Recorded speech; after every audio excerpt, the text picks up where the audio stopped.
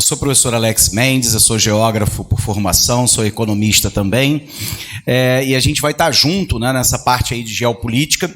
Infelizmente a gente tem 2 sábados só, né, esse sábado agora o dia inteiro, é uma maratona, e no próximo sábado, se não me falha a memória, de novo, né, e a gente tem muita matéria para a gente poder trabalhar, né. Então eu queria fazer um raio-x primeiro, rapidamente aqui com vocês de conteúdo, para a gente poder explicar algumas coisas rápidas do que a gente vai trabalhar e do que a gente não vai trabalhar e justificar por que a gente não vai trabalhar, tudo bem? Então, primeiro, né, o conteúdo programático da gente do último edital é esse aqui. Essa primeira parte aqui de organização do Estado brasileiro a gente não vai dar, porque é algo que vocês veem lá em direito constitucional, direito administrativo, não há necessidade da gente ficar, né, repetindo esse assunto. Essa parte aqui do 1.2, que é a divisão interregional do Brasil, é o ponto que a gente vai começar. Então a gente vai falar do ponto 1.2, 1.3, o 2, o 3, né, o 4 também. E essa parte aqui, que é a geografia e gestão ambiental, nunca caiu nenhuma questão de prova da PRF, 0, tudo bem, é uma parte que a gente não vai trabalhar. A macrodivisão natural do espaço brasileiro, que é relevo, clima, solo, vegetação, hidrografia, bioma, etc. e tal, também nunca caiu nenhuma questão, é outro tópico que a gente não vai trabalhar. E a parte de política e gestão ambiental, que também nunca caiu nenhum tipo de questão, né? Professor, pode cair? Pode. Mas às vezes a gente tem uma tarefa hercúlea, né, para poder dar um conteúdo gigantesco que o aluno estuda para cair uma questão, né? Então, tipo assim, não vale a pena, né, e tal. Essa questão aqui sobre o Brasil e a questão cultural, a integração da internacionalização e o Brasil no século XX, a gente vai trabalhar de maneira transversal nos assuntos que a gente for falar, tudo bem? Se vocês tiverem qualquer tipo de dúvida, tudo bem, é só me parar, que a gente explica quantas vezes forem necessárias. A gente tem que ir, infelizmente, de pé embaixo, né, porque a gente tem muito conteúdo para poder trabalhar. Num primeiro momento vai bater o desespero em vocês, porque vocês vão achar que é muita matéria, né, para pouco tempo, e né, mas possa ter certeza que à medida que vocês vão avançando na aula, você vai começando a entender o conteúdo e as coisas vão começando a se encaixar. Tudo bem? Então vamos que vamos. Primeira coisa para a gente falar na aula de hoje é a divisão interregional do trabalho e da produção. Quando a gente fala, né, de divisão interregional do trabalho, deixa eu só pedir... Ah, não, tá aqui. Quando a gente fala de divisão interregional do trabalho, não pense na ideia do trabalhador. A gente não está falando de trabalhador. A gente está falando o que cada uma das macro-regiões brasileiras realiza de atividade econômica. Então a gente se lembra que o Brasil, tradicionalmente, ele tem uma divisão, que é a divisão do IBGE, que divide o Brasil em 5 macro-regiões, né? Norte, Nordeste, Centro-Oeste, Sudeste e Sul.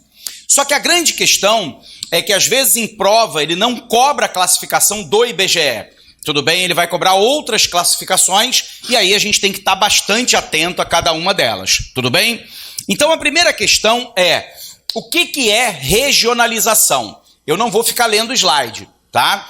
Isso aqui é só para servir de referência para a gente. Tudo que eu falar, ou quase tudo, está lá no slide, né? Está no material para vocês. Mas regionalização é quando eu faço uma divisão do espaço geográfico a partir de um critério qualquer. Então, de novo, né? O que é regionalizar, né? É quando eu divido o espaço geográfico a partir de um critério qualquer, tudo bem? Por exemplo, de maneira bastante rápida, a gente tem um conceito que a gente chama de Baixada Fluminense. No dia a dia, a Baixada Fluminense é o quê, né? É Mesquita, é Nova Iguaçu, é Duque de Caxias, é Japeri, é Piabetá, uma parte talvez de Magé, né? A gente pega outras áreas, né, como Belfor Roxo e por aí vai. Só que essa classificação é uma classificação cultural política. Porque a Baixada Fluminense, sob o ponto de vista físico, é toda a área litorânea do Rio de Janeiro, que vai desde Angra dos Reis até Campo dos Goytacazes. Então observe que o critério, exatamente, a chamada Baixada Fluminense não é isso que a gente conhece. A Baixada Fluminense é a área litorânea sob o ponto de vista do critério físico. Tudo bem? Agora, do critério cultural e político é o que a gente conhece no nosso dia a dia. Então, na verdade, o que a gente está fazendo, né? A gente está adotando um critério qualquer, que pode ser o critério, obviamente, físico, pode ser o critério cultural e político. Bacana? Isso é regionalizar. é dividir o território, né, em porções, em pedaços. Uma região, então, é uma área que pode ter uma característica física, humana, econômica, cultural, que seja comum, tudo bem? E aí, a gente tem vários tipos de regionalização, não vou ficar me dedicando muito nisso aqui. A gente pode ter, por exemplo, uma regionalização administrativa. Por exemplo, Petrópolis pertence à região serrana ou metropolitana do Rio de Janeiro? Errado, metropolitana. Foi reincorporado à região metropolitana, porque o critério da regionalização é administrativo. Como Petrópolis, né, ela está muito próxima da cidade do Rio de Janeiro, e você tem um movimento que a gente vai aprender ao longo da aula de hoje, chamado de pendular, onde a galera sai de manhã de Petrópolis, trabalha no Rio de Janeiro e volta à noite, que é o mesmo movimento que a gente observa em Nova Iguaçu, Niterói e por aí vai. Ela foi reincorporada como região administrativa metropolitana do Rio de Janeiro. Então, qual é o critério da regionalização? Administrativo.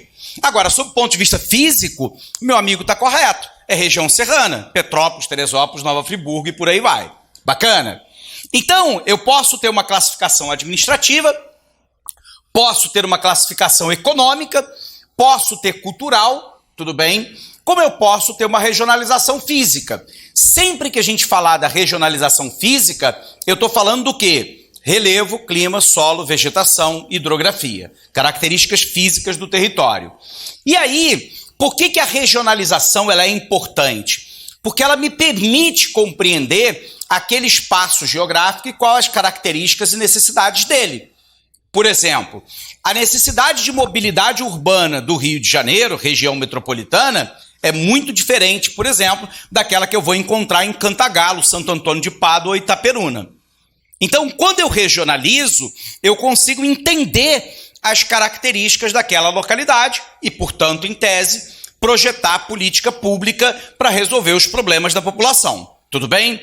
Dito isso, qual é a primeira grande classificação, né, do espaço brasileiro, né? É aquela definida oficialmente pelo IBGE.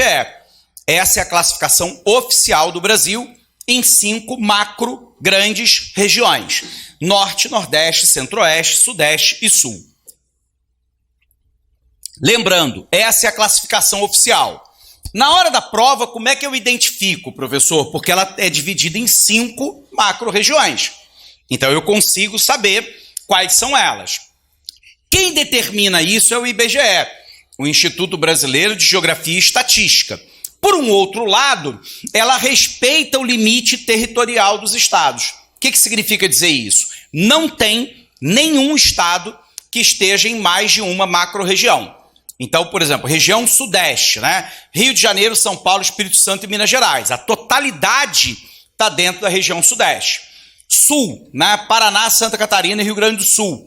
Centro-Oeste, Mato Grosso do Sul, Goiás e dentro de Goiás, o Distrito Federal, que é uma unidade da federação. Então, o que eu tenho? Todas as unidades da federação estão dentro de uma única macro-região. Não há uma divisão. Qual é o critério utilizado pelo IBGE? O primeiro critério é o critério físico.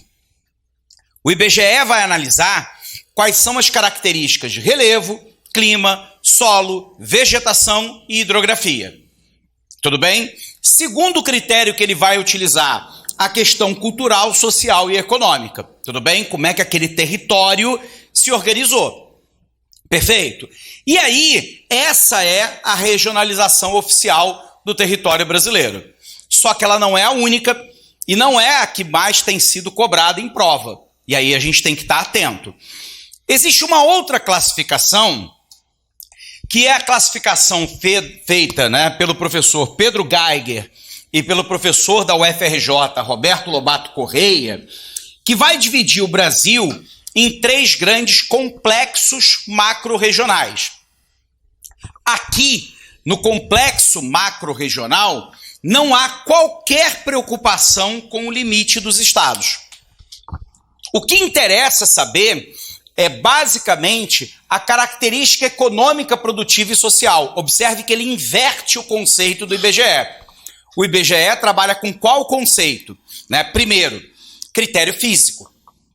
Relevo, clima, solo, vegetação e hidrografia. Aqui, o Pedro Geiger e o Roberto Lobato Correia dizem o seguinte: essas características, embora relevantes, não são as principais. O que interessa é a formação social daquele território, cultural, econômica, né? Como é que se dá a dinâmica daquele território, tudo bem? E aí você vai observar o óbvio. Nós temos 3 estados brasileiros que estão divididos em 2 macro-regiões diferentes. Vamos começar por uma mais próxima da gente. Aqui nós temos o estado de Minas Gerais. Se você observar, o norte de Minas Gerais, essa área aqui, é uma área que nós chamamos de Vale do Mucuri e Vale do Jequitinhonha. Essas 2 áreas são áreas extremamente empobrecidas de Minas Gerais. Você vai encontrar uma agricultura e pecuária de subsistência, que é basicamente o cara cria pequenos animais, né, e planta para poder sobreviver. Você tem basicamente uma população empobrecida com baixo nível de escolaridade, baixa expectativa de vida, falta de acesso à habitação e saneamento básico adequados e por aí vai. Então a característica do Vale do Mucuri e do Vale do Jequitinhonha, norte de Minas Gerais, é muito mais próxima do Nordeste do que da região Sudeste, que é a área mais rica, industrializada e urbanizada do país. Então, o Roberto Lobato Correia e o Pedro Geiger vão dizer: o norte de Minas Gerais, na verdade, não é Sudeste, é Nordeste, embora fisicamente ele esteja em Minas Gerais.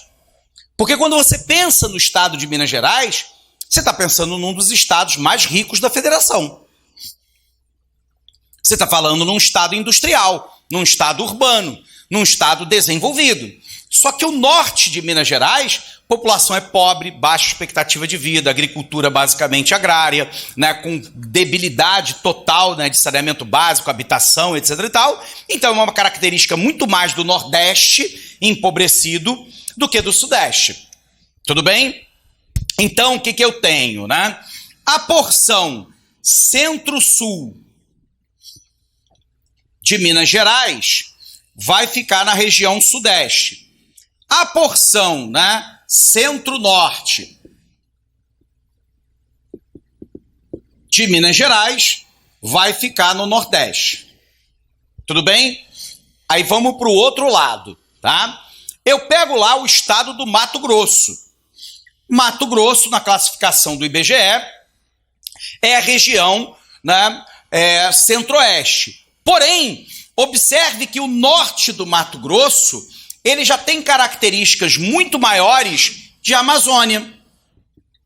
Você vai encontrar uma área de fronteira agropecuária, de exploração de madeira ilegal, de mineração ilegal, né, de ocupação de terras que pertencem ao Estado, terras indígenas, terras quilombolas, terras até das Forças Armadas sendo ocupadas, né? Enquanto que o sul do Mato Grosso, nós podemos considerar centro-oeste. O Pedro Geiger vai dizer: o norte do Mato Grosso já é a Amazônia. Tudo bem? Porque o bioma amazônico, inclusive, avança para o norte de Mato Grosso. Lembrando um detalhe importante. A Amazônia, enquanto bioma, tudo bem? Ela está presente em 9 países da América do Sul. Ela não pertence só ao Brasil. Só que 67% está em território brasileiro. E é por isso que nego fala que a responsabilidade maior sobre a Amazônia é do Brasil. Claro que é, né? Quase mais de 2/3, né, está em território brasileiro. Mas o norte do Mato Grosso já é a Amazônia. Aí vamos lá para o estado do Maranhão. Tudo bem? No Maranhão, na classificação do IBGE, o Maranhão é Nordeste. Tudo bem? Só que o oeste do Maranhão já é Amazônia. Porque é um estado que faz fronteira com a Amazônia. Enquanto que o leste do Maranhão é a região Nordeste. Tudo bem? Professor, não vou gravar nunca essa porra para prova, e nem precisa. Tudo bem? Nunca vou gravar essa porra pra prova, nunca. Óbvio, e nem precisa. O que você vai lembrar? Quais são os estados que estão divididos, né? Eu detesto pessoas que interrompem a aula, mas tudo bem, né? Você vai passar na frente da gravação, eu vou reclamar com o técnico. Vai. Não. Pô, não rebola e não estraga a gravação da minha turma. Então, o que você vai levar para a sua prova, pessoal? O mnemônico M, M, M. Quais são os estados que estão divididos, né? Minas Gerais, Mato Grosso e Maranhão. Acabou. É isso aqui que você precisa saber. Professor, como é que eu vou saber na prova se ele está falando da classificação do IBGE ou da classificação dos complexos macro-regionais? É simples. No IBGE, quantas regiões são? 5. No complexo macro-regional, são quantas? 3. Tudo bem? Bizu de prova para a gente poder chegar lá bem. Bacana? Tranquilo? Então, uma coisa que eu não fiz no início da aula, né, porque às vezes tem uma galera que tem um pouco mais de dificuldade com a Rosa dos Ventos. Vamos fazer uma revisão aqui rapidinha. Vamos lembrar, né? A Rosa dos Ventos é onde a gente define ponto cardial, colateral e subcolateral. Tudo bem? A gente, via de regra, não vai precisar do ponto subcolateral, vamos ficar só no cardial e no colateral. Bacana? A gente tem aquela coisa que a gente guardou lá da escola, do tipo assim, o norte é para cima. Então, em todos os livros didáticos você vai encontrar uma observação, é para cima porra nenhuma. Tudo bem? Não tem nada de para cima, né? Mas na tua prova, no teu mapa ou em qualquer local, você vai ter que encontrar do lado direito uma setinha indicando o norte. Porque se ele não indicar o norte, você não tem parâmetro. Até porque, não interessa pra gente, mas eu tenho um norte verdadeiro e norte magnético. São duas coisas distintas. Tudo bem? Tanto que para aviação e para marinha, há uma diferença brutal, né? Tudo bem? Entre norte magnético e norte verdadeiro. E você tem uma coisa que a gente calcula todos os anos, chamada declinação magnética anual. Isso não interessa para vocês, mas só para a gente saber que o norte não é para cima. Tá? Esquece essa porra. Mas se ele disse aqui onde é que está o norte, aqui é o norte. Então aqui é o quê? Aquele momento que a galera não fala porra nenhuma, que é para não se comprometer, né? Do tipo assim, o oeste, né? Lembrando que o oeste também pode estar sinalizado por W, de west em inglês, né? Logo aqui embaixo é o quê? Sul, e aqui é o leste. Lembrando que o leste também pode ser chamado de este. Tudo bem? Esses são os chamados pontos cardeais. Beleza, galera? Esse é o facinho. Agora, vem os pontos que nós chamamos de colaterais, que são os pontos que ficam entre dois cardeais, né? Então eu tenho aqui bizu de prova, tá? Eu vou recordar isso aqui, eu sempre falo essa porra, porque tipo assim, se os meus colegas da Faculdade de Geografia da UFRJ escutar eu falando isso, vai dizer que eu tô falando merda. Mas vamos voltar. O ponto colateral é aquele que fica entre dois pontos cardeais. E aqui tem bizu de prova, essa porra não existe no mundo real. A gente vai seguir o sentido horário, o sentido, tudo bem, do relógio. Então vamos começar por aqui. O que a gente faz? A gente vai considerar que o eixo norte-sul é o mais importante. Repito, essa porra não existe no mundo real, mas a gente vai considerar para bizu de prova. O que eu vou fazer?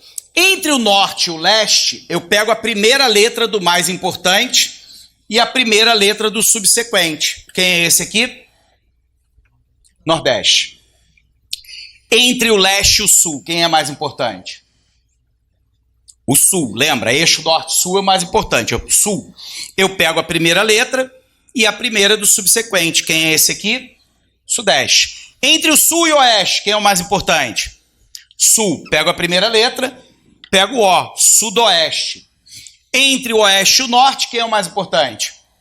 Norte. Pego a primeira letra e o subsequente. Noroeste. Beleza? Primeira letra do mais importante, primeira letra do subsequente. Sentido horário. Tudo bem? E aí, para dizer que a gente não é maluco, posso apagar aqui? Caiu questão de prova E o cara tá falando sobre região macroeconômica. Porra, professor, eu fiquei na dúvida porque o mapa não trouxe cor diferente. O que eu faço? Rosa dos ventos. Vamos lá, ó. Rosa dos ventos. Traça no meio da porra do mapa. O cara foi lá e indicou onde é que está o norte. O que você faz? Norte, leste, sul, oeste, nordeste, sudeste, sudoeste e noroeste. Tudo bem? Nordeste, sudeste, sudoeste. Lembrando que o conceito centro-oeste, tudo bem? Centro-oeste, noroeste. Pronto. Beleza? Teve uma questão, tipo aquela baile funk, vem que eu tô facinho, né? Mas que a galera errou de montão, que dizia assim, né? Um avião sai do aeroporto internacional Tom Jobim no sentido do aeroporto internacional de Manaus. Qual é o sentido do voo? Vamos lá. O voo saiu do aeroporto Tom Jobim, no Rio de Janeiro, em direção ao aeroporto internacional de Manaus. Qual é o sentido do voo? Se errar, vai ficar ajoelhado no milho, contando até 1000 de frente para a parede, com a foto daquele animal de rabo nu, que é para sofrer bastante. Sudeste, noroeste.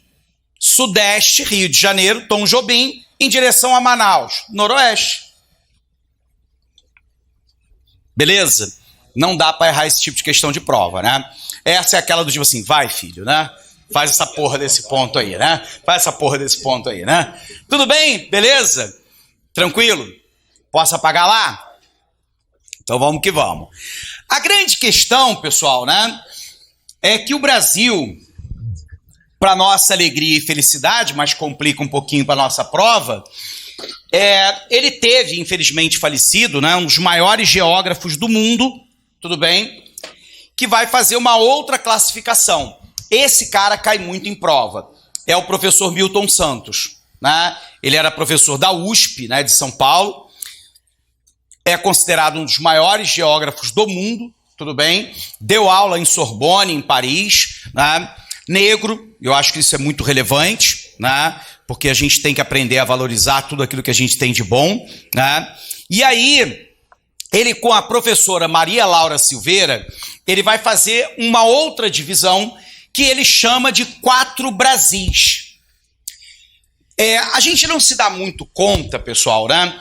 Porque a gente nasceu no Brasil, então a gente acha que o tamanho continental do nosso país é normal. Essa porra não é normal, tudo bem? Se você sair de Portugal, em 1h30, 2 horas você está em Londres. Em 3 horas você está em Berlim, tudo bem? De carro de Portugal para a Espanha, dependendo da localidade, se você estiver no norte de Portugal, é 1 hora até a Espanha. Tudo bem? A gente não se dá conta do tamanho do nosso país. Tudo bem? O nosso país é gigantesco. E aí, o que o professor Milton Santos e a professora Maria Laura Silveira dizem, né? Que o Brasil tem realidades muito diferentes. O Rio de Janeiro é muito diferente do semiárido nordestino, da área da Caatinga, do sertão nordestino, que por sua vez é muito diferente de Belém do Pará, que é diferente de Cuiabá, que aliás é o caldeirão do capeta. Se vocês nunca tiveram lá, eu fui lá dar aula, é impressionante. Tu tá achando, né, que Baixada Fluminense e Bangu é quente porque você não foi a Cuiabá. Tudo bem? Cuiabá tipo assim, você não consegue explicar, não tem vento, né? Então eu saía do hotel para ir até o restaurante e o suor já descendo pelas costas até o Vale Profundo. Tudo bem? A camisa ensopada, né? Não só a camisa, claro, né? Mas qual é a grande questão, pessoal? Voltando aqui. O professor Milton Santos vai dizer que o Brasil é muito complexo e não dá para classificar o Brasil da maneira como tradicionalmente a gente classificava. E aí a gente tem uma coisa que é importante, que é o seguinte, né? Lá, a partir da década de 1970, o mundo vai passar pela terceira revolução industrial. Essa terceira revolução industrial é a revolução técnico-científica e informacional. Então, deixa eu fazer um parêntese bem rápido aqui, né? Porque no dia a dia esses termos não são importantes para a gente, né? O que é ciência, o que é técnica, né? Ciência, pessoal, é entender o mundo como ele é. Como assim, professor? Vamos lá. Pandemia da Covid-19, né? Qual foi a equipe que primeiro no mundo decodificou o DNA, né, do vírus da Covid-19, que é fundamental para a produção de vacina? Qual país? Brasil. Né? Uma equipe de professoras, para mim isso é muito significativo, mulheres, lideradas por uma microbiologista negra, para mim também é muito significativo, da USP de São Paulo, foi a primeira equipe no mundo a decodificar o DNA. Por que decodificar o DNA é tão importante, professor, né? Porque eu começo a entender como é que o vírus se multiplica, como é que ele infecta a célula, se ele tem alguma fragilidade, como é que ele pode ser atacado, como é que ele se multiplica e por aí vai. Ela pegou o trabalho e tornou público para o mundo inteiro. E ele foi apropriado, por exemplo, né, pela Pfizer americana para desenvolver a vacina, pelos chineses que fizeram a Coronavac, aqui no Rio de Janeiro com a Fiocruz, Butantan em São Paulo. Isso foi um trabalho de mulheres lideradas por uma negra numa universidade pública brasileira. Boa, né? Eu acho sensacional essa porra, né? E aí o que acontece, né? Isso é ciência, é tentar entender como é que o mundo é. O que é a técnica? É a produção da vacina. Tudo bem? Aí a gente já tinha, né, laboratórios de Oxford, né, e a Pfizer nos Estados Unidos, que já tinha, né, um projeto piloto de um tipo de vacina que nós chamamos com base em RNA, os chineses também. Eles pegaram a pesquisa das brasileiras, que foi tornada pública, não foi guardada, né, isso é fundamental também, e a partir dali conseguiram desenvolver uma vacina. E é por isso que nós estamos aqui nessa sala. Senão nós não estaríamos aqui. O vírus não teria sido contido. Então, técnica é a aplicação do conhecimento científico para a geração de um produto ou de um serviço qualquer. Tudo bem? Oi? Dentro da USP, sim. Pelo governo brasileiro, sim. Né? A nível mundial, o trabalho delas é relevantíssimo, né? Mas não são pessoas que ganham a glória, né? Aliás, se tu vê professor, né?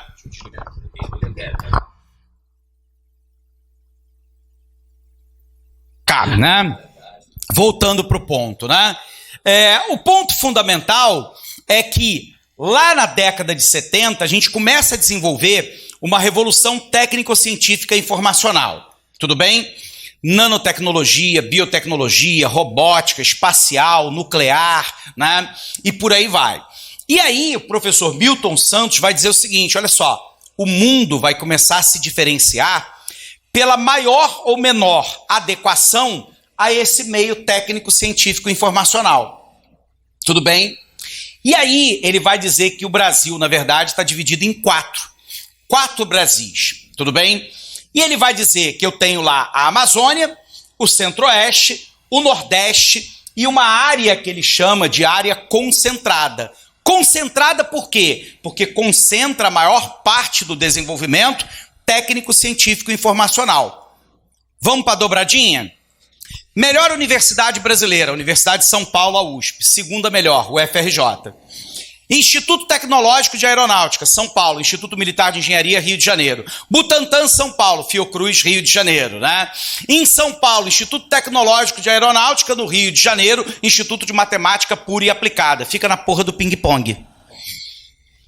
A grande produção de saber no Brasil está no ping-pong. E muito concentrada aqui nessa região, que ele chama de área concentrada. É onde tem os principais institutos de pesquisa, é onde tem uma maior quantidade de população, é onde tem mais industrialização, é onde tem a infraestrutura de melhor qualidade e assim sucessivamente. Tudo bem? Então ele vai dizer que nós somos formados por 4 países diferentes dentro de um só. Com uma fortíssima assimetria, diferença de desenvolvimento macro-regional. Enquanto que, por exemplo, em algumas cidades do sul, a expectativa de vida chega a 83 anos de idade, em algumas cidades do semiárido nordestino, ela é de 68 anos. Dentro do mesmo país. Tudo bem? Então, a partir dali, é que a gente tem que começar, então, a entender essa divisão. Tudo bem? Beleza? Tranquilo? Professor, Classificação do IBGE, 5 macro-regiões. Pedro Geiger, Roberto Lobato Correia, complexo macro-regional, 3. Professor Milton Santos, 4. Matou. Beleza? Tá? Então vamos lá, vamos tentar entender aqui. Posso apagar, pessoal? Tá rápido demais para vocês ou tá de boa? Dito isso, né, a gente vai tentar entender a região norte do nosso país, né? A região norte, a gente não se dá conta, né? Ela representa 51% do território brasileiro. E é uma área que nós chamamos, né, em geografia, de área anecúmena. O que é uma área anecúmena? Pouco ou não ocupada. No último censo de 2022, e aí vamos dar uma palavrinha rápida, né?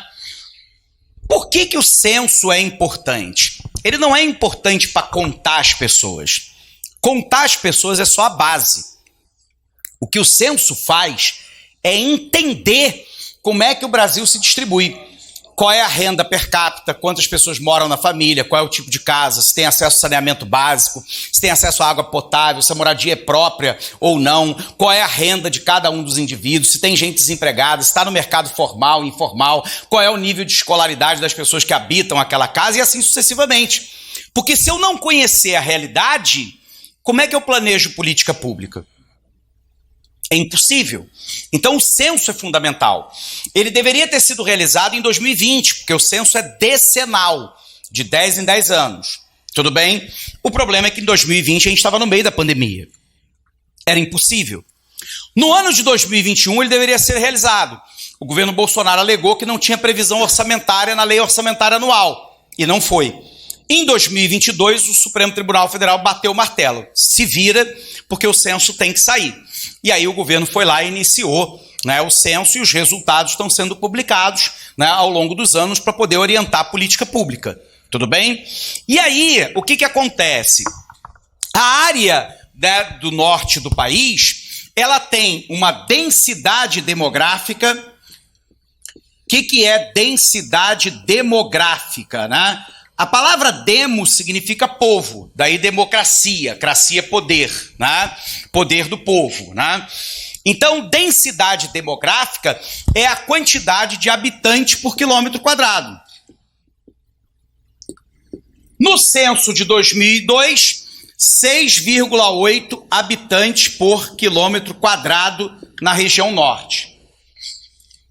Vamos para Copacabana, aqui no Rio de Janeiro.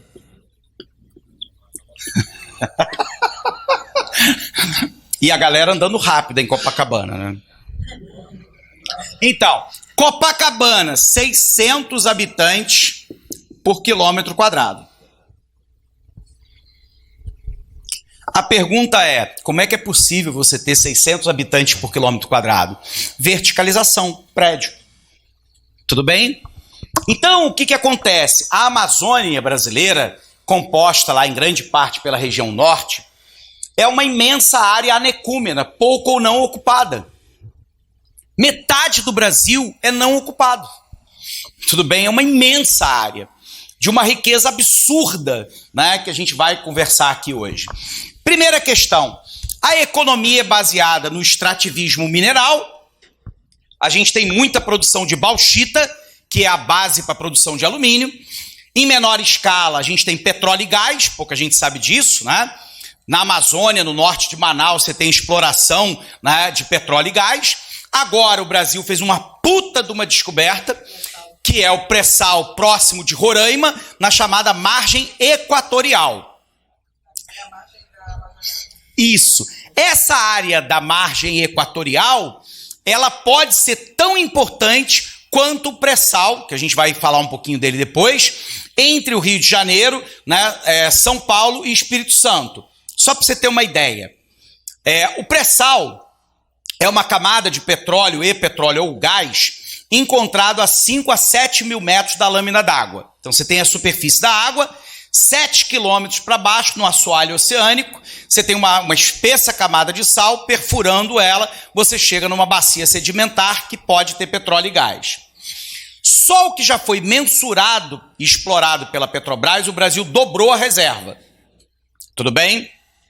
Só que os geólogos nos dizem que nós podemos ter ali 100 bilhões de barris de petróleo. Se nós tivermos, nós ultrapassamos a Venezuela e nos tornamos o 6º maior produtor de petróleo do mundo.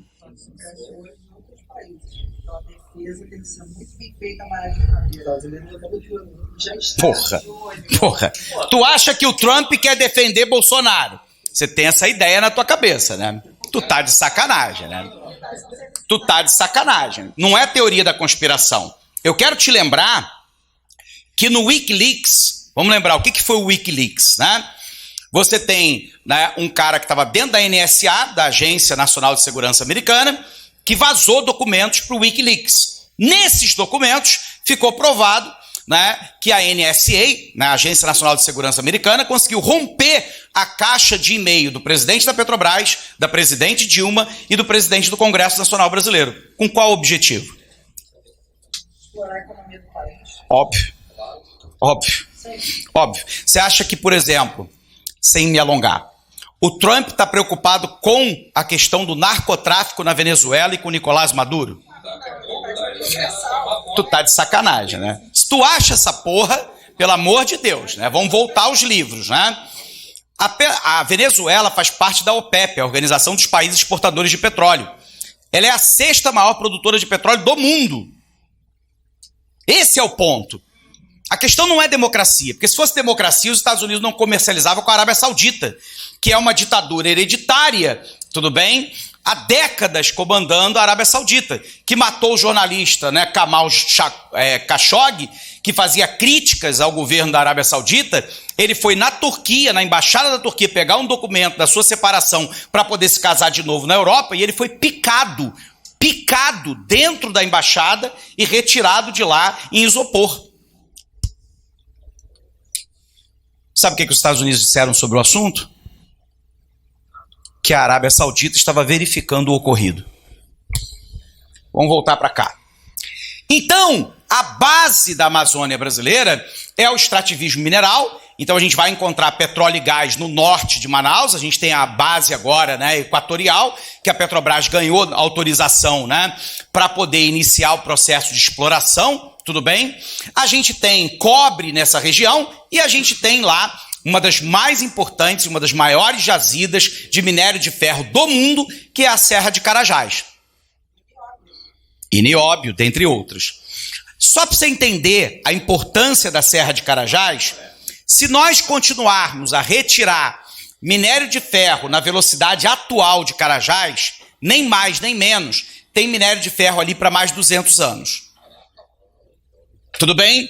Então, a base é o extrativismo mineral, o agronegócio que avança, a gente vai falar sobre isso, e a área do turismo ecológico, que cresce nessa região. Tudo bem? A COP30 vai ser em Belém do Pará, é a Conferência das Partes da ONU sobre Clima e Meio Ambiente, que vai reunir chefes de Estado do mundo inteiro, né, no final do ano agora em Belém do Pará, e a discussão fundamental é como que eu crio um modelo, né, que crie emprego e renda sem ser predatório ao meio ambiente. Essa é a questão, é o grande desafio, né? Por um outro lado, a gente tem a predominância da floresta amazônica, que é uma floresta equatorial úmida. É uma das maiores florestas do mundo, tudo bem? Não é o pulmão do mundo, esquece essa porra. Teu professor falou essa porra, falou merda. Porque a maioria do oxigênio do planeta é gerado pelo plâncton, fitoplâncton e zooplâncton dos oceanos.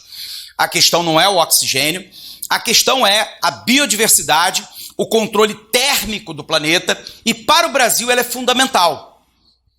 Porque às vezes tá pegando fogo na Amazônia, e o nego vendeu aquela ideia, tipo assim, a Amazônia é uma floresta úmida, ela não pega fogo. Voltando aqui, né?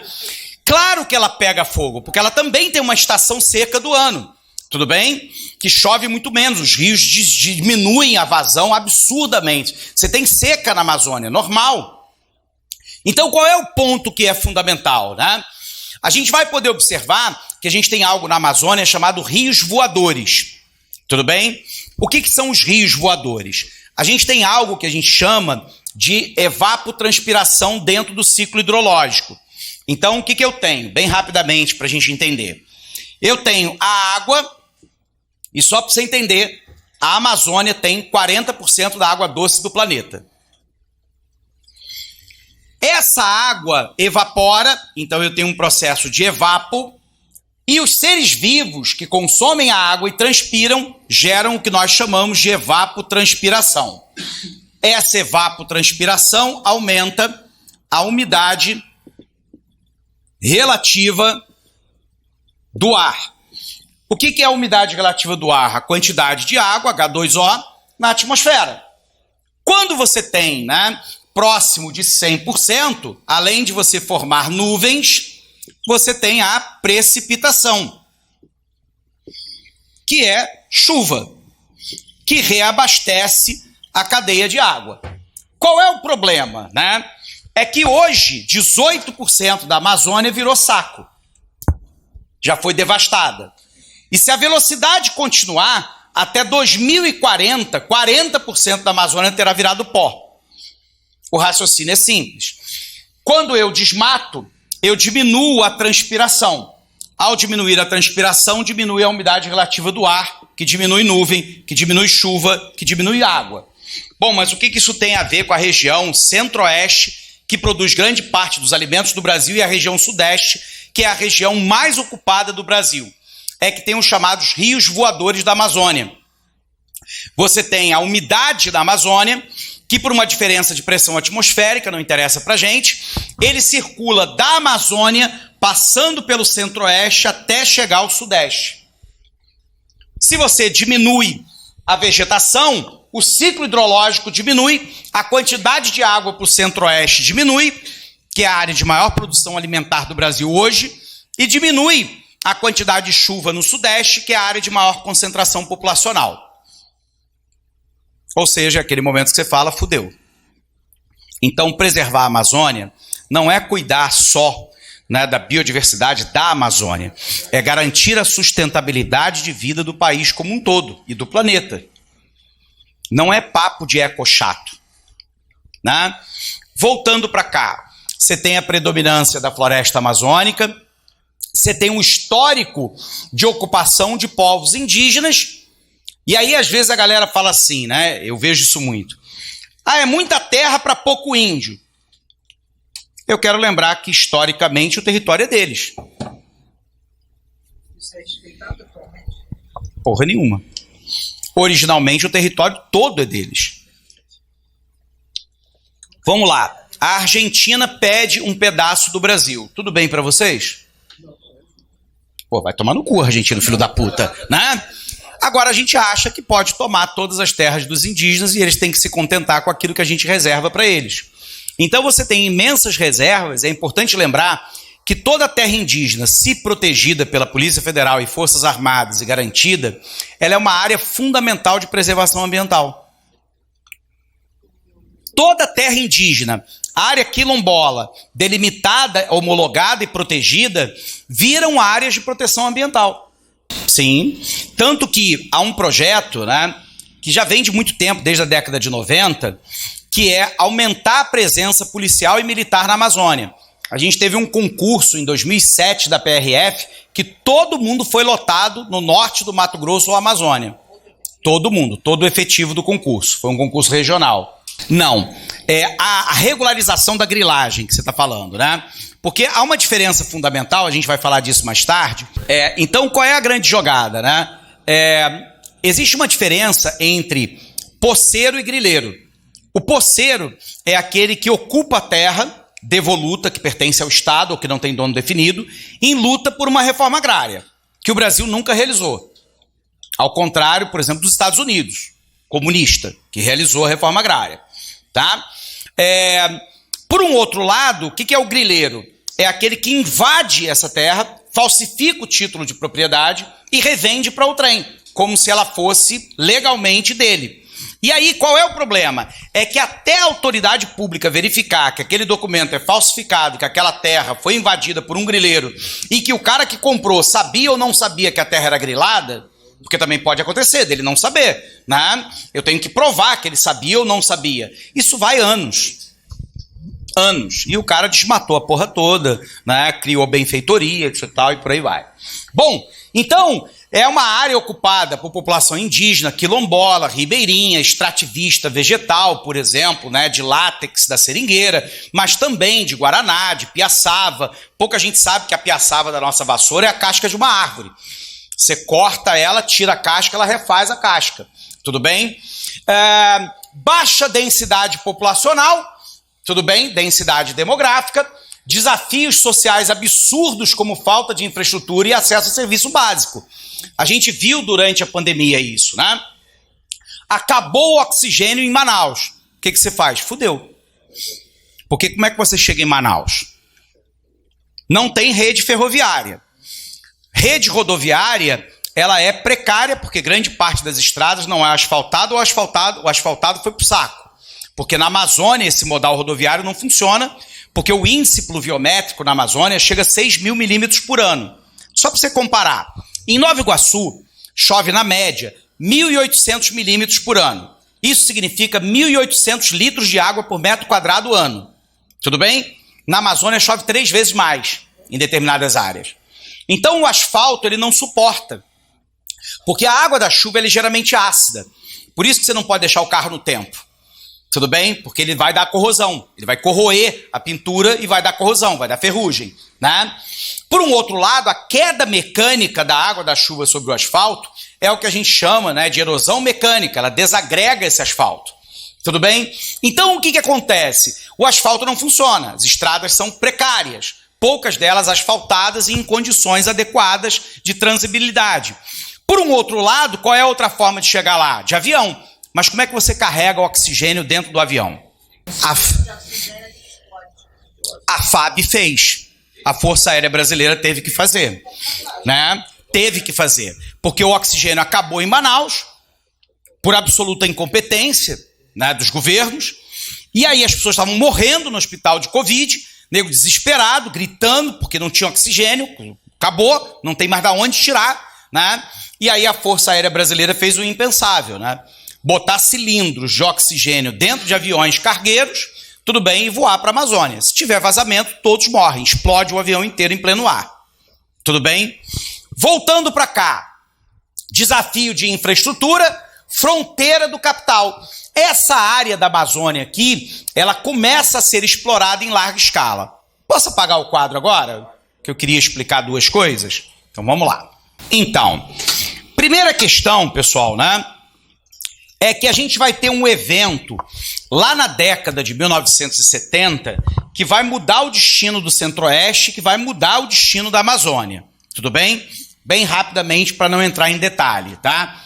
Na década de 1970, o mundo viveu o primeiro e o segundo choque do petróleo. A recém-criada OPEP, Organização dos Países Exportadores de Petróleo, que hoje reúne, né, Venezuela, Irã, Iraque, Kuwait, Arábia Saudita, Emirados Árabes, Omã, Catar, né, e por aí vai. Essa galera diminuiu a oferta mundial de petróleo, tudo bem, como consequência, né, da guerra, né, do Yom Kippur em Israel. Não vou entrar nesse mérito aqui porque é muito longo. O fato é que na década o preço do barril de petróleo pulou de 2,30 dólares para 23 dólares o barril. 10 vezes mais. O problema é que no início da década de 70, a Petróleo Brasileiro S.A., Petrobras, que tinha um monopólio desse petróleo, só produzia 1 em cada 3 barris que o Brasil consumia. Então o Brasil entrou num problemão. Aonde conseguir dólares para poder comprar petróleo? Tá?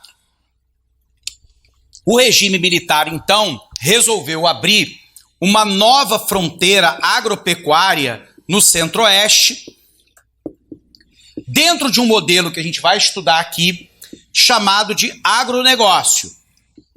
Esse agronegócio baseado em quê? Soja, milho, algodão e proteína animal para exportação. Tudo bem? Porque o Brasil hoje ele virou um celeiro do mundo. Mas isso foi, a iniciativa inicial foi para poder exportar produto, para poder conseguir dólares, para comprar petróleo. Porque o petróleo não é somente fonte de combustível. Quando você fala em petróleo, a galera pensa assim, né? Gasolina, né? Eventualmente querosene de aviação, óleo diesel. Não! O petróleo é plástico, polietileno, polipropileno, nylon, solvente, fertilizante, tudo bem? Ele é base de tinta, né? Gasolina, querosene, né? Óleo diesel, lubrificante, graxa e uma porrada de coisas que você possa imaginar. Então, qual é a grande questão? O regime militar abre uma nova fronteira agropecuária no Centro-Oeste. Só que qual é a grande questão? Grande parte do Centro-Oeste já está tomado por grandes fazendas, né, de soja, milho, algodão e proteína animal, basicamente gado bovino. Só que agora, essa fronteira agropecuária, ela começa a entrar pela chamada Franja Sul da Amazônia. Tudo bem? A gente chama isso aqui de Franja Sul da Amazônia. Eu tive o privilégio de estudar com a professora Berta Becker aqui na UFRJ, que é a maior especialista em Amazônia brasileira, e ela diz o seguinte, que essa área ali nem mais bioma amazônico é. Tudo bem? Porque ele já devastou a porra toda. Tudo bem? Porque ali há normalmente uma sequência de acontecimentos. A primeira atividade que entra é a madeireira ilegal. Ela vai lá, desmata a área toda para poder gerar madeira para venda ilegal. Tudo bem? Quem atua muito nisso são vocês, Polícia Rodoviária Federal, que faz o bloqueio nas estradas todas para poder tentar monitorar, né, a venda ilegal de madeira. Quando a retirada da madeira acaba, sobra madeira que não tem utilidade econômica. E aí, na sequência, o cara faz o quê, né? Taca fogo. Que é para poder liberar o pasto. É abrir a área de pasto. Ele taca fogo, porque daí, obviamente, ela mata toda a vegetação e a área fica livre para o pasto. O problema é o óbvio, né? Fogo não respeita qualquer critério sequer de propriedade. Ele se espalha por uma área muito maior do que devido. Na sequência, vem o gado. Tudo bem? Essa terra, normalmente, terra grilada, ocupada irregularmente. O gado vai lá, é o gado extensivo. No Brasil, o gado é criado solto, né? Eu solto o gado de manhã, ele vai comer e volta no final da tarde. Então, ele precisa de uma área gigantesca. Só que ele sobrepastoreia, ele vai pisando o solo e vai compactando o solo. Na sequência, esse solo vai ficando cada vez menos útil. E aí abre espaço para entrar a agricultura. E aí a agricultura empurra o gado, que empurra o fogo, que empurra a madeireira ilegal para dentro da Amazônia. Então a Franja Sul já foi toda para o saco e agora ameaça entrar para dentro da Amazônia. É um dos maiores riscos dessa região. Tudo bem? Então a gente tem uma fronteira do capital. Além disso, a área norte tem o que nós chamamos de industrialização de enclave. A palavra enclave significa conchave, né? Para quem é cristão católico, você tem o conclave, né? Conchave, onde todos os cardeais, né, se isolam do mundo, né, na Capela Sistina para poder votar no novo Papa. Então, Manaus, a Zona Franca de Manaus, é uma industrialização de enclave. Ela é fechada num determinado ponto da floresta. Industrialização em larga escala só tem em Manaus. E por que que as indústrias de eletroeletrônicos, setor autopeça, moto, vai para lá? Se você pegar o teu televisor em casa, vai estar lá, feito na Zona Franca de Manaus. Porque lá não se paga imposto de importação. Então uma empresa como a Samsung monta uma empresa lá que nós chamamos de maquiladora. Ela recebe a tela, os componentes, né, a armação, monta e vende para todo o território brasileiro. Lá não se paga imposto de importação. A Positivo Computadores tem fábrica onde? Zona Franca de Manaus. Compra o gabinete, o HD, né, sei lá, o monitor, teclado, mouse, memória, né, placa-mãe, monta, põe a etiqueta e vende para o Brasil inteiro. Lá o ICMS é de 7%. No Rio de Janeiro a média é 18%. Então é muito mais barato produzir lá. Tudo bem? E de lá exportar para o mundo ou para o resto do Brasil. Então, você tem uma industrialização de enclave, que é a Zona Franca de Manaus. embora a maioria das atividades sejam atividades voltadas para o setor primário: agricultura, pecuária, extrativismo vegetal e mineral. O que é extrativismo vegetal? O látex da seringueira, o açaí, o babaçu, né? Por exemplo, o muru-muru, né? Inclusive, a galera começou a aprender que a floresta em pé tem mais valor do que deitada. Empresas, por exemplo, como a Boticário e Natura, têm fundação de preservação da Amazônia. Essas empresas são boazinhas? Pode até ser que tenha consciência ambiental, mas a questão é, né, que as duas empresas lidam com produtos com base na Amazônia. Você vai pegar na Natura lá o shampoo de muru-muru. Tu acha que essa porra veio da onde? Né? Nilópolis, né? Sacou? Vem de lá. Então a floresta em pé tem mais valor. Só que o saber tradicional da população da Amazônia, como indígena, caboclo, quilombola e por aí vai, também tem um valor imenso. Vou citar uma que parece anedota, mas não é, é verdadeiro. Na Amazônia existe uma pequeníssima perereca que ela tem 2 listas, tudo bem, no seu dorso, fluorescente no escuro. Isso significa que ela é altamente venenosa. Os indígenas, por um saber ancestral, todas as vezes que eles sentiam uma dor muito intensa, eles aprisionavam essa perereca, passam um espinho no dorso dela e perfura a pele. É anestésico. Tudo bem? Pseudos, né, missionários religiosos americanos foram para a Amazônia, praticaram biopirataria, prenderam o animal e levaram para os Estados Unidos. O princípio químico é 100 vezes mais potente que a morfina. Os Estados Unidos patentearam e usam nas Forças Armadas Americanas em combate. Tudo bem? Beleza? Investimento pontual do capital, rota internacional do narcotráfico. Por uma razão óbvia, né?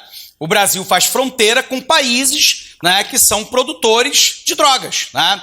A Colômbia já produziu 90% da cocaína do mundo, né? Bolívia, Equador, a própria Venezuela, né? Então, grande parte disso transita por lá. Tanto que na Amazônia você tem uma importante facção criminosa, que provavelmente a maioria aqui nunca ouviu falar, chamada Família do Norte. Essa Família do Norte controla todo o narcotráfico na região. Onde é que Fernandinho Beiramar foi preso?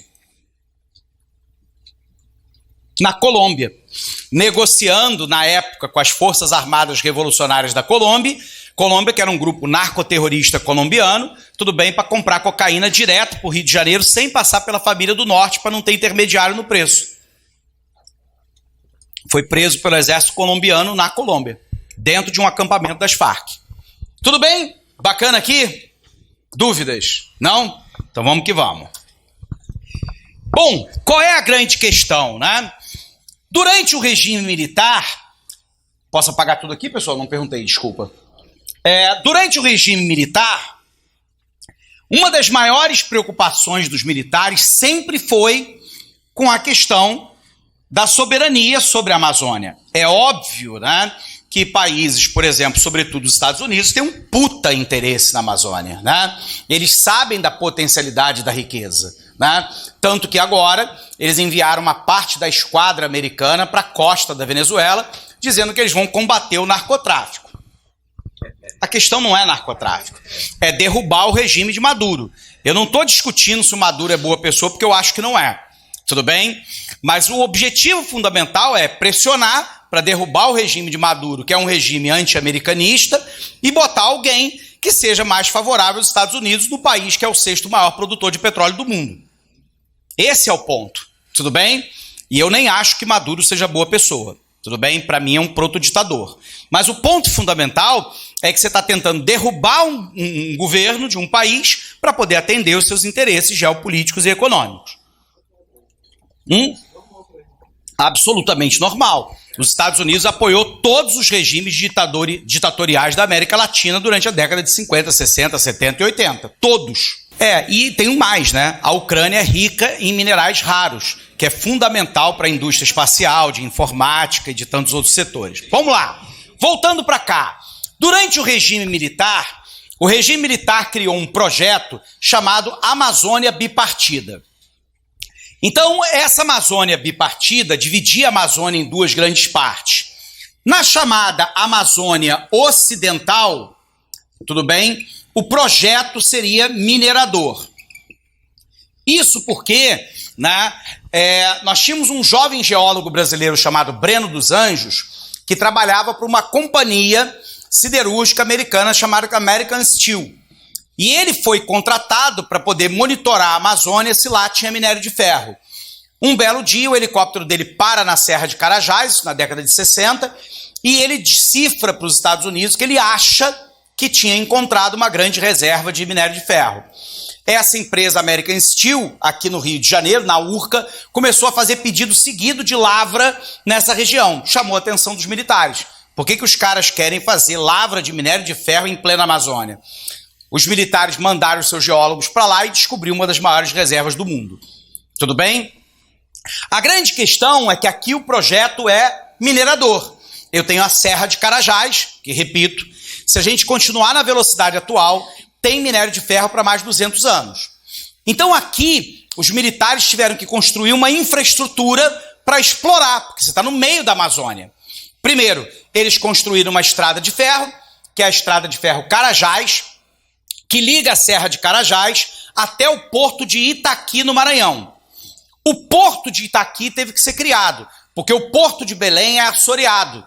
O que é assoreamento? É o acúmulo de material inorgânico, né, no leito, né, do porto. É o que acontece no Rio de Janeiro. Então forma bancos de areia. Então os navios de maior tonelagem não podem aportar porque ele pode emborcar. E aí qual é a grande questão? Construíram, né, uma hidrelétrica, que é a hidrelétrica de Tucuruí, que é uma das maiores para fornecer energia, a estrada de ferro Carajás, o porto de Itaqui, no Maranhão. Toda uma infraestrutura para explorar o projeto minerador. Usina hidrelétrica de Carajás, estrada de ferro Carajás, porto de Itaqui, no Maranhão, projeto minerador. E na chamada Amazônia Ocidental, professor? Na Amazônia Ocidental, Zona Franca de Manaus. Projeto de industrialização de enclave. Tudo bem? Isso permanece mais ou menos assim até os dias atuais. Uma coisa bem rapidinha aqui, tá? Norte, sul, tá? Leste, oeste. Toda a parte leste, a partir do meridiano de Greenwich, a gente chama de porção oriental. Tudo bem? Então, parte leste é oriental, parte oeste é ocidental. Parte norte, tudo bem? Pode ser chamada de boreal, da mesma maneira que o sul pode ser chamado de austral. Tudo bem? Beleza? Tranquilo? Então você tem formas diferentes de considerar cada uma das áreas, tá? Aqui no boreal eu também posso chamar de setentrional e aqui de meridional. Então vamos lá. Se é assim, né? É preciso a gente sempre lembrar, pessoal, né, que a Amazônia não é, né, um bioma totalmente brasileiro, né? Lembrando, né, ela está presente desde a Bolívia, passando pelo Peru, Equador, Colômbia, Venezuela, Guiana, Suriname e Guiana Francesa. Lembrando, Guiana Francesa é território da França. Tudo bem, é um país independente, mas é território francês. É diferente da Guiana, que é um outro país independente, né? Então, ela está presente em toda essa região. Só que, no Brasil, eu tenho 67% do bioma. Então, o Brasil é o mais importante. Tudo bem? Inclusive na preservação. Legal? Tudo bem? Tá? Dito isso, né, o modelo para a Amazônia, ele sempre foi um modelo predatório. Eu trouxe 2 cartazes aqui da época do regime militar. Primeiro, chega de lendas, vamos faturar. Porra, larga o dedo nessa porra. Tudo bem? A Amazônia era considerada um bioma a ser conquistado. Ah, mas tem indígena nessa porra, tem que foda-se, né?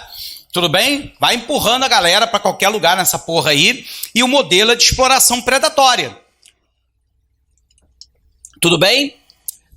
Por um outro lado, a rodovia transamazônica foi a maior loucura que o Brasil já cometeu. Vamos lembrar, né? A gente tem aqui o Brasil, tudo bem? Você vê que a letra é boa, o desenho é melhor ainda, né?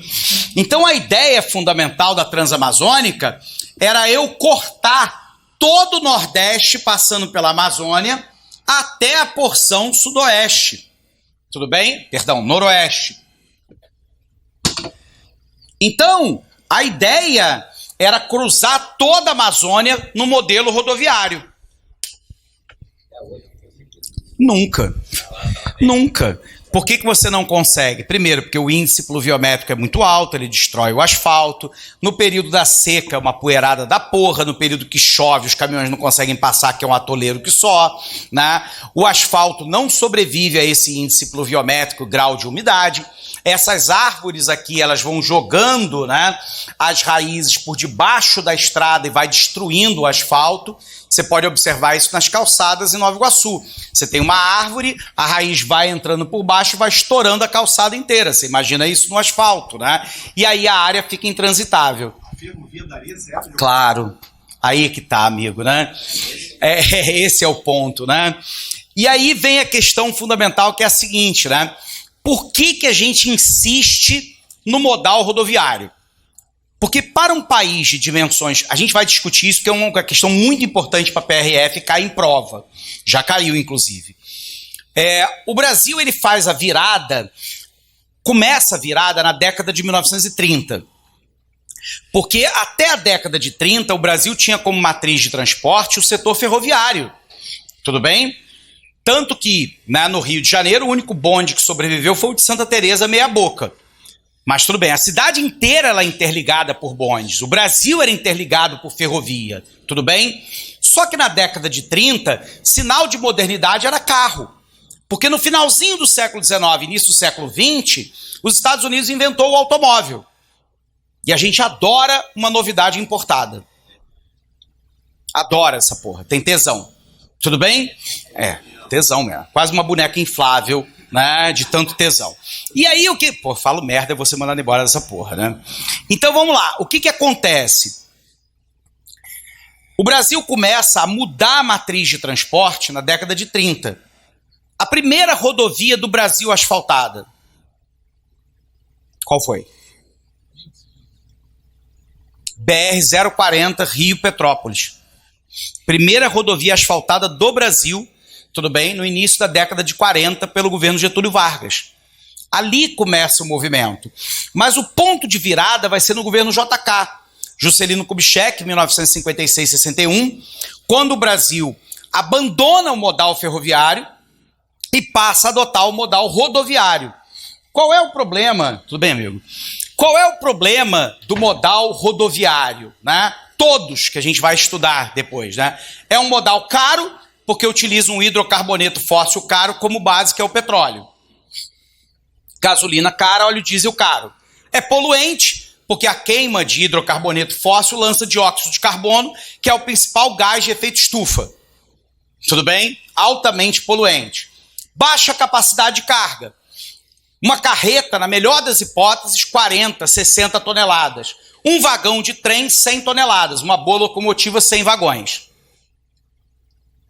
Tudo bem? Um ônibus lotado, vou chutar alto, 70 pessoas dentro. Um vagão do trem, 100 pessoas. Uma composição com 20 vagões, 2.000 pessoas sendo transportadas. O sistema é mais sujeito a roubo e furto de carga, porque eu posso parar o caminhão em qualquer lugar. A PRF fica maluca para poder monitorar a porra toda. O trem, só no local de parada. Muito mais fácil de monitorar. Depois, mais sujeito a acidente. Nem com cavalo correndo atrás, como cowboy, né? Qual é a... porque, porra, a gente se lembra dos cowboys correndo atrás de locomotiva, né? Faroeste. Qual é o ponto, né? O sistema é altamente sujeito a acidente. O Brasil mata 55 mil pessoas por ano em acidente automobilístico. A PRF monitora. Qual é a tríade? Bebida ao volante, excesso de velocidade, manobra arriscada. 75% dos acidentes causados por quem? Homens. Porque para alguns homens, carro é extensão peniana. Então ele tem que provar que ele é potente, que é rápido, que é forte, que é fodão. As meninas já botando a mão na cara, só fala merda, né? Mas tudo bem, elas sabem que eu tô falando a verdade, né? Elas sabem que eu tô falando a verdade. Bom, vamos lá. Tem uma questão de insegurança de uma parte da galera. Então qual é o ponto? Desculpa, minha gente, eu falo essas merdas assim pra gente dar uma relaxada, né? Que é muita informação. Então, o que acontece, né? O sistema é altamente sujeito a acidentes, o sistema é caro, é poluente, de manutenção cara, com baixa capacidade de carga. E por que a gente insiste nessa porra? Einstein dizia, né, que o sinônimo da loucura é fazer sempre a mesma coisa esperando um resultado diferente. Tudo bem? O grande ponto é que o sistema é mais rápido de ser implementado e é mais barato. É muito mais barato eu fazer o BRT, fazer o BRS, fazer a linha vermelha, fazer a Via Light, fazer a linha amarela, do que eu fazer ferrovia. Porra, mas a ferrovia vai solucionar o problema no longo prazo. Mas quem disse que eu estou aqui para solucionar o teu problema? Eu estou aqui para ascender ao poder e nele permanecer. O teu problema é teu problema. Lembrando, Sérgio Cabral alegou o quê? Para ir de helicóptero, né, da casa dele até, né, o palácio todos os dias. Segurança. Então todo dia o helicóptero pegava ele. E o resto dos cariocas? Foda-se. Quem mandou, né, nascer aqui? A China tem um projeto inicial agora para a construção de algo que é importante, que já caiu em prova da PRF, inclusive, que é a chamada ferrovia transoceânica. Hoje, o que acontece? Para a gente poder exportar, a gente tem que passar pelo Canal do Panamá. Só que o Canal do Panamá é pago. Só para lembrar, não é de graça. Você não passa por ali de graça, é pago. O que encarece a exportação da América Latina para, né, a Ásia, que é o centro agora do desenvolvimento mundial, e da Ásia para a América Latina. Os chineses têm um projeto, que eu não quero me alongar aqui para a gente não ficar, né, falando de coisas que não nos interessam imediatamente.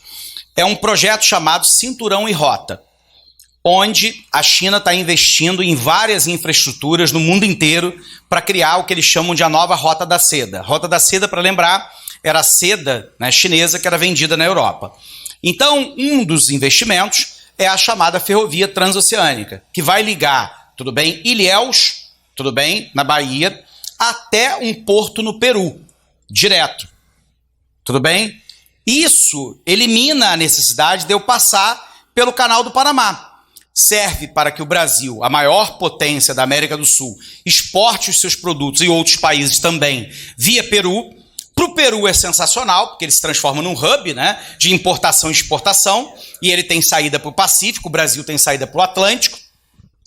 É fundamental para o agro, porque o agro está concentrado no centro-oeste, então fica muito mais fácil exportar para a China, que é o maior mercado mundial, e a China hoje é o maior parceiro brasileiro. Então os chineses estão analisando a viabilidade, que daí você tem que analisar a viabilidade ambiental, técnica, financeira, para poder botar grana, para poder botar o projeto para andar. Tá? Essa é a ideia. Ainda está em planejamento. Tá? Então, tudo bem até aqui?